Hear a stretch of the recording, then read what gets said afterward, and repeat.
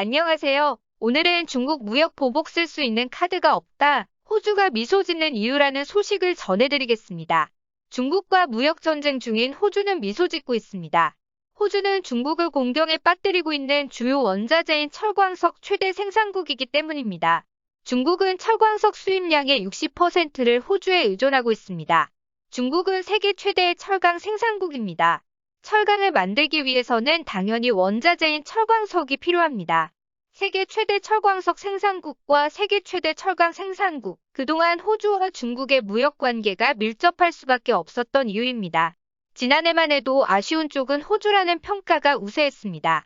철광석 외에도 호주산 원자재, 소비재의 최대 수입국인 중국이 관세를 부과하면서 주요 수출 품목들이 큰 타격을 입었기 때문입니다.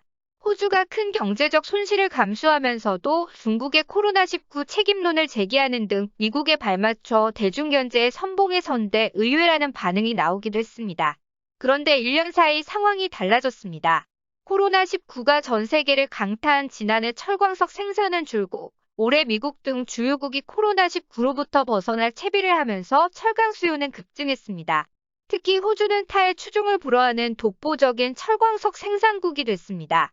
호주에 이어 두 번째로 많은 철광석을 생산하던 브라질은 2015년 11월 철광산 사마르코댐 붕괴 사건 이후로 생산량이 급감했습니다. 여기에 코로나19가 남미 전역을 핥히고 가면서 철광석 생산량은 더욱 줄었습니다. 중국이 철광석을 세 번째로 많이 수입하던 인도는 현재 산업용 산소를 의료용으로 쓸 정도로 아비규환 상태입니다. 지난달 호주 키스피트 자원부 장관은 브라질 등 경쟁국들의 철광석 공급이 어려워지면서 호주가 혜택을 보고 있다고 말했습니다. 중국은 마음이 급합니다.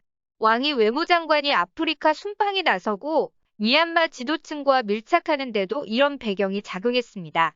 우선은 아프리카 기니에서 컨소시엄을 구성해 광산 개발에도 나서고 있지만 당장은 호주산을 대체할 수준의 생산처는 찾지 못한 상태입니다. 광석 가격은 최근 부르는 게 값이라 할 정도로 고공행진 중입니다. 중국에서는 중국의 부가 호주로 이전하고 있다는 우려의 목소리가 나옵니다.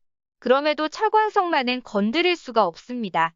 지난해부터 호주에 으름장을 놓으면서도 한 번도 철광석에는 관세를 부과한 적이 없습니다.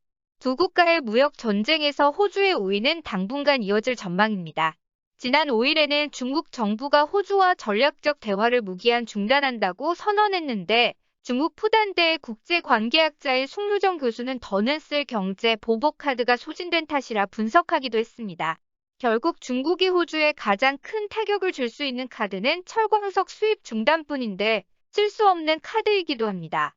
중국이 수입을 중단하면 단기적으로 타격을 입을 수는 있지만 철강 수요가 있는 한중국을 대체할 수입국은 나타날 거라는 전망도 나옵니다. 오늘은 알카에다와 IS 중국을 상대로 성전을 선언입니다. 끝까지 시청해주셔서 감사합니다.